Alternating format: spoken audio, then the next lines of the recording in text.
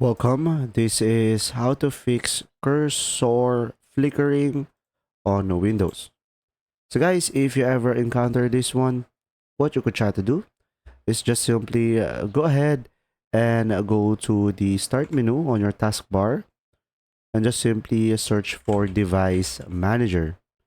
So here on the device manager guys, you should be able to see all of the devices that are connected with your computer.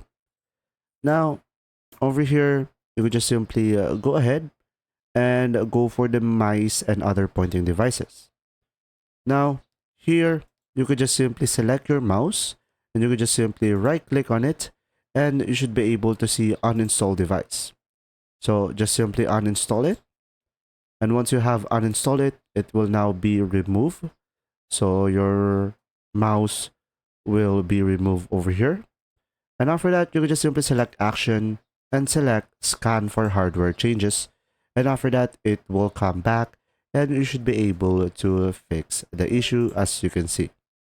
Now, if it doesn't work, you could just simply go ahead and right click on it and select update driver and search automatically for drivers. And when there is an update, you should be able to update it because sometimes an outdated driver can cause some issues.